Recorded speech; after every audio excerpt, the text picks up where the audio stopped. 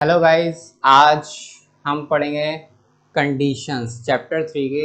जो हमारा चैप्टर 3 है, pair of linear equation in two variables, उसमें कंडीशंस पढ़ेंगे सॉल्यूशंस के कि किस इक्वेशन के कितने सॉल्यूशंस होते हैं, उसकी कंडीशंस क्या हैं। उससे पहले मैं आपसे बोलना चाहूँगा, जिसको हमारी वीडियो पसंद आया वो लाइक कीजिए और कमेंट सेक्शन में हमें बताइए, और जो आपको सॉल्यूशन चाहिए वो हमें बताइए। मैं वीडियो में उसका सॉल्यूशन दे के आपको पोस्ट करूंगा, ठीक है। और जिसने अभी तक सब्सक्राइब ना किया हो चैनल हमारा, वो सब्सक्राइब करें, ठीक है। तो पहली कंडीशन आती है इसमें कि जब अगर हमारी कोई दो गिवन इक्वेशंस हो, तो उसका जो ग्राफ हो, पहले आप समझ लीजिए। जैसे x plus y is equal to 7, x minus y is equal to 8, ठीक है। यहाँ पे मैंने दो इक्वेशंस ले ली, ठीक है।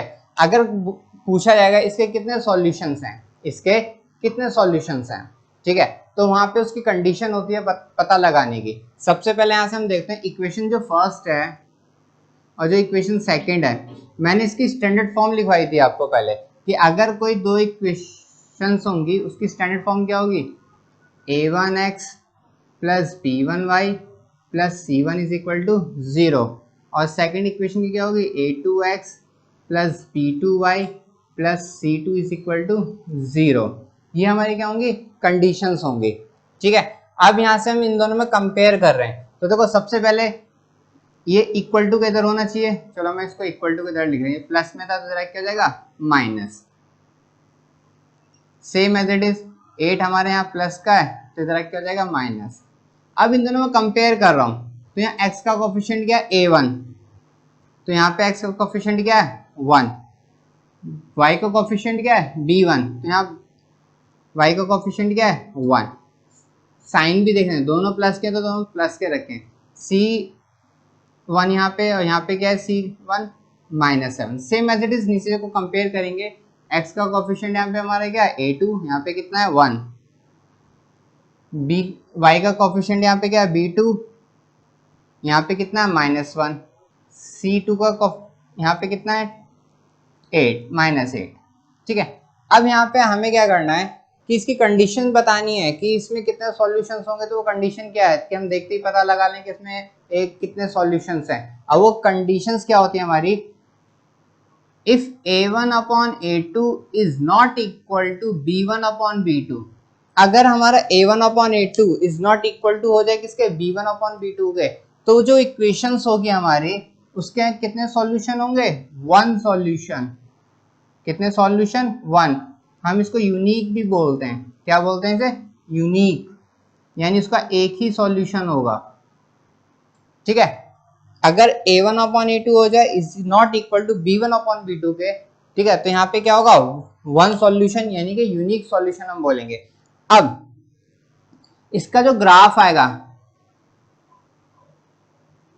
ठीक है, बहुत से पूछ लेते हैं इस इक्वेशन का ग्राफ कैसा बनेगा, क्या इस इक्वेशन का ग्राफ कैसा बनेगा। तो यहाँ पे देखो एक लाइन इसकी होगी और एक लाइन इसकी होगी, तो ग्राफ पे क्या होगा, दो लाइन होंगी। ग्राफ पे क्या होगा, दो लाइन होंगी। ये x है, ये x एक्सिस, ये y, तो y एक्सिस। इन दोनों ग्राफ की जो दो लाइन होंगी, तो कहीं ना कहीं वो ऐसे एक दूसरे को क्या कर रही होंगी, इंटरसेक्ट कर रही होंगी। क्या कर रही होंगी, इंटरसेक्ट। तो उसका जो ग्राफ बनेगा, तो उसमें जो लाइंस होंगी उसको हम क्या बोलते हैं, ग्राफ को इंटरसेक्टिंग लाइन।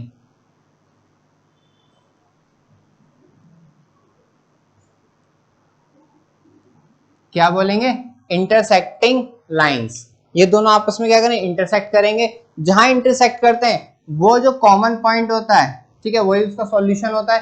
ये मैंने ग्राफिकली मेथड में हमने बताया था।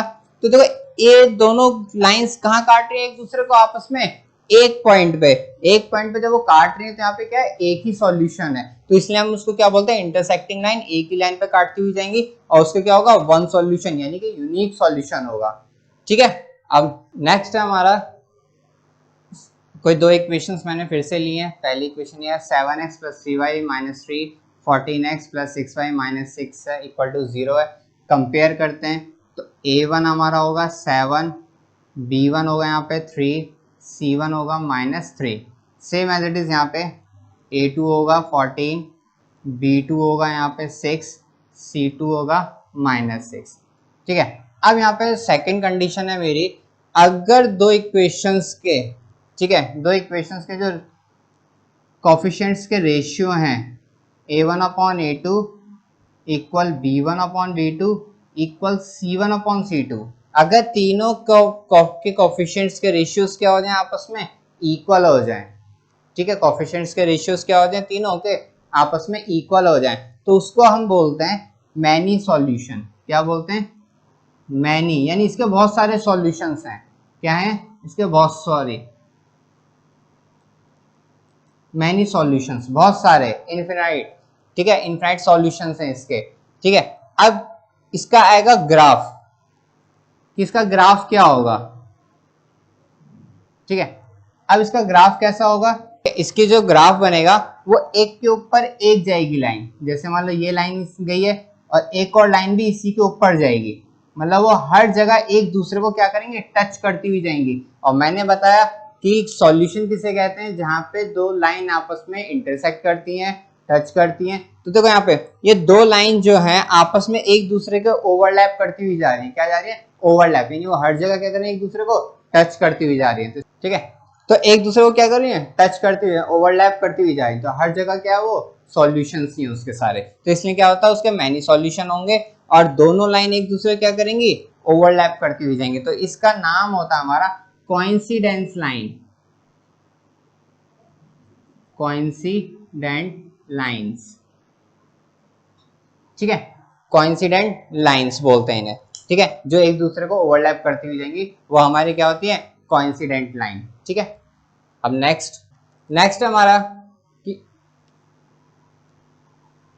फिर से वही दो इक्वेशंस मैंने लिए हैं, कंपेयर करेंगे दोनों इक्वेशन के स्टैंडर्ड फॉर्म से। तो यहाँ से हमारा A1 निकलेगा -3, B1 होगा हमारा 4, C1 होगा -13।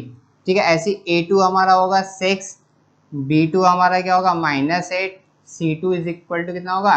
7 होगा। अब इनके रेशियोज देखते हैं कि इनके जो रेशियोज होंगे कोफिशिएंट के A1/A2 equal B1/B2 is not equal to C1/C2। अगर ये कंडीशन पाई जाए कि स्टार्टिंग के रेशियोज क्या हो? कोफिशिएंट के इक्वल हो, थर्ड वाले का क्या हो? अनइक्वल आ जाए। ठीक है, तो वहां पे क्या होगा? No solution. क्या होगा वहां पे? No solution. वहां पे क्या होगा? नो सॉल्यूशन, कोई सॉल्यूशन नहीं होगा। जैसे -3/6, 4/-8 और -13/7, ये से कैंसिल आउट 2 बार में, कैंसिल आउट 2 बार में, तो -1/2, माइनस ऊपर चला जाए तो ये भी -1/2 इज नॉट इक्वल टू -13/7। ठीक है, ये दोनों तो आपस में इक्वल आ गए, बट ये वाला हमारा क्या है? अनइक्वल है। तो यहाँ पे क्या होगा? नो सॉल्यूशन होगा, इसका कोई भी सॉल्यूशन नहीं निकलेगा। ठीक है, अब इसका पूछा जाएगा कि इसका ग्राफ कैसा होगा, इसका ग्राफ कैसा होगा। ये हमारा जो इक्वेशन है इन दोनों का, इसमें क्या होगा? नो सॉल्यूशन, ये कोई भी इसका सॉल्यूशन नहीं निकलेगा। तो इसका ग्राफ कैसा होगा? जिस इक्वेशन के नो सॉल्यूशन हो, यानी कोई भी सॉल्यूशन ना निकले, तो उसका जो ग्राफ होता है वो एक लाइन जो होती है एक दूसरे के पैरेलल जाएंगी। कैसे जाएंगी? पैरेलल, कि वो एक दूसरे को कहीं भी टच नहीं करेंगी, वो एक दूसरे को कहीं भी टच नहीं करेंगी, ना इंटरसेक्ट, कुछ नहीं होगा एक दूसरे, वो एक दूसरे के साथ साथ चलेंगी। ठीक है, वो कहीं भी एक दूसरे को मीट नहीं करेंगी। तो जहां जब तक वो एक दूसरे को मीट नहीं करेंगे तब तक वो उसका कॉमन सॉल्यूशन नहीं निकलेगा। ठीक है, तो सिंपल, कोई कंडीशन दे रखी है, कोई क्वेश्चन दे रखी है, तो कंडीशन देंगे उसमें कौन सी लग रही है, तो उसके अकॉर्डिंग हम बताएंगे क्या उसमें कौन सा सॉल्यूशन है। ठीक है, फिर उसका ग्राफ कैसा बनेगा? तो इसका ग्राफ कैसा बनेगा? Parallel lines.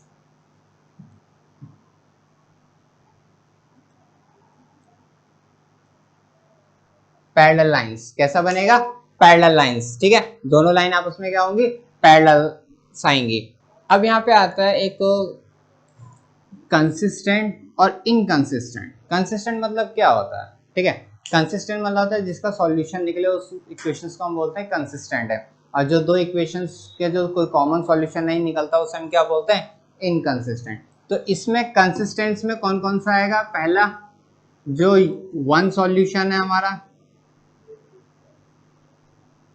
ठीक है, और सेकंड जिसमें मैनी सॉल्यूशन है, ये दोनों कंसिस्टेंट में आएगा। अगर उसने बोल दिया कोई दो लाइन आपस में क्या है कंसिस्टेंट है, तो उसका मतलब क्या हो गया, या तो उसका वन सॉल्यूशन होगा या उसका मैनी सॉल्यूशन होगा।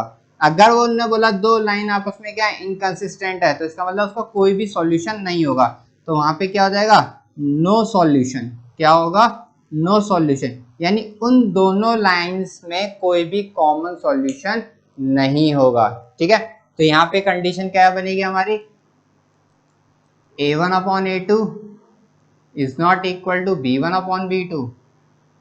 सेम एज इट इज, इसका क्या होगा, a1 upon a2 equal b1 upon b2 equal c1 upon c2। ये कंडीशंस हमें याद करनी है, कैसे ही अप्लाई होंगी अब मैं क्वेश्चंस पे डिस्कस करूंगा इन्हें। a1 upon a2 equal b1 upon b2 is not equal to c1 upon c2। ये हमें क्या है कंडीशंस को याद करनी है। ठीक है, इस पे एक 3 नंबर का क्वेश्चन आता है कि इसमें कोई वैल्यू हमें दे दी जाएगी कि ये कोई भी अल्फाबेट की हमें वैल्यू फाइंड करनी है, उसमें बस इतना लिखा होगा कि दोनों इक्वेशन का वन सॉल्यूशन है या मैनी सॉल्यूशन है या नो सॉल्यूशन है। ठीक है, अब कैसे इन क्वेश्चंस उस पर हम डिस्कस करते हैं। एक मैंने एग्जांपल लिया है, ax plus 3y is equal to 7, 5x plus 6y is equal to 8। अब उसने इसको फर्स्ट इक्वेशन, इसको सेकंड इक्वेशन, उसने बोला find the value of a, find the value of a। हमें a की वैल्यू क्या करनी है, फाइंड करनी है। पहली कंडीशन, मैं एक ही क्वेश्चन पे मैं तीनों कंडीशंस की वैल्यू निकाल के दिखाता हूँ, तीनों कंडीशन में a की वैल्यू क्या क्या आएगी। ठीक है, मेथड सब में सेम ही रहेगा सॉल्व करने का। ठीक है, कंडीशन पुट करनी है, वैल्यू पुट करनी है, आंसर आएगा। पहला, अगर नो सॉल्यूशन हो, पेपर में लिखा हुआ आएगा कि इन दोनों इक्वेशन का कोई भी सॉल्यूशन नहीं है, सॉरी पहले वन का ले लेते हैं, वन सॉल्यूशन है। ठीक है, सेकंड मैनी सॉल्यूशन है। थर्ड, जब नो सॉल्यूशन हो कि उसका कोई भी सॉल्यूशन नहीं है, तब a की वैल्यू क्या आएगी, नो वन सॉल्यूशन में क्या आएगी, मैनी सॉल्यूशन में क्या आएगी, नो सॉल्यूशन में उसकी वैल्यू क्या आएगी। ठीक है, तो सबसे पहले हमें कंडीशन पता होनी चाहिए। जब वन सॉल्यूशन होती है उसकी कंडीशन क्या होती है, a1 upon a2 is not equal to b1 upon b2। a1 upon a2 is not equal to b1 upon b2। सबसे पहले इन दोनों को हम स्टैंडर्ड फॉर्म में लेके आएंगे। स्टैंडर्ड फॉर्म क्या होती है, सबको इधर लेके आओ, तो हो जाएगा ax plus 3y minus 7 is equal to 0।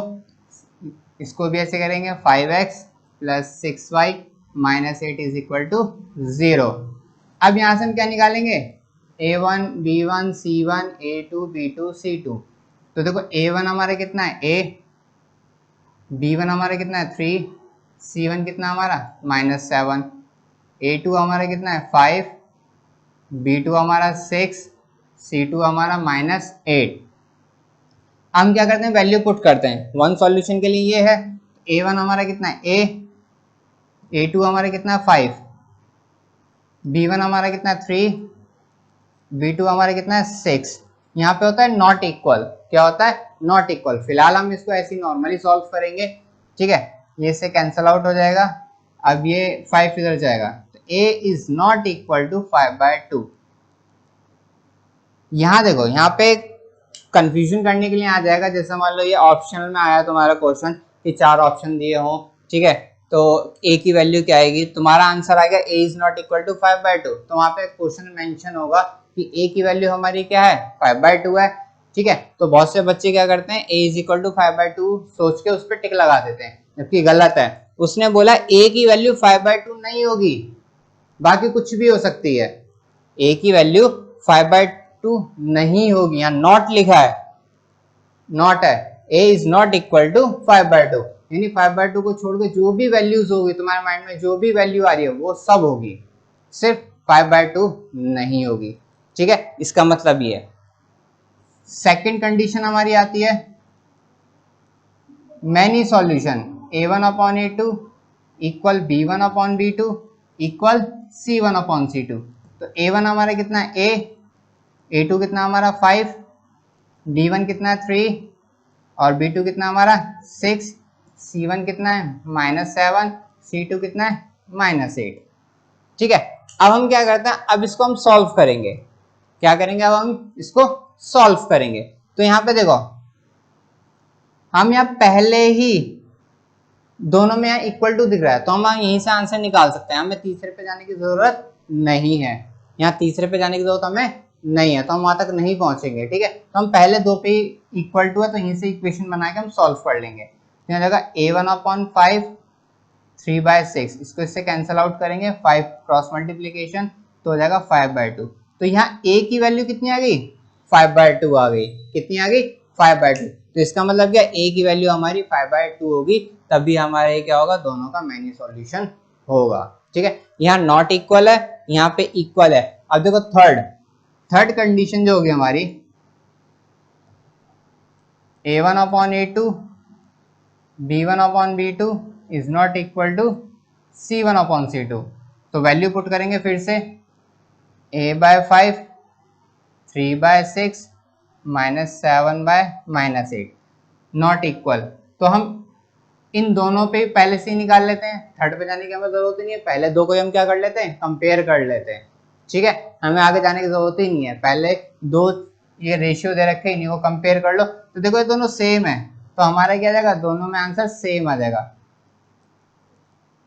इसको इससे कैंसिल आउट करेंगे तो a इज इक्वल टू क्या जाएगा 5/2। तो यहाँ से भी हमारी a की वैल्यू कितनी आ गई 5/2।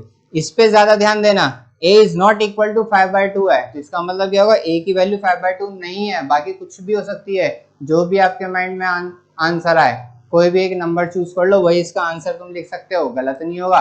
बट अगर ऑप्शन में तुम्हारे कुछ और दे रखा है तो हम उसी को लिखेंगे। ठीक है, चलिए।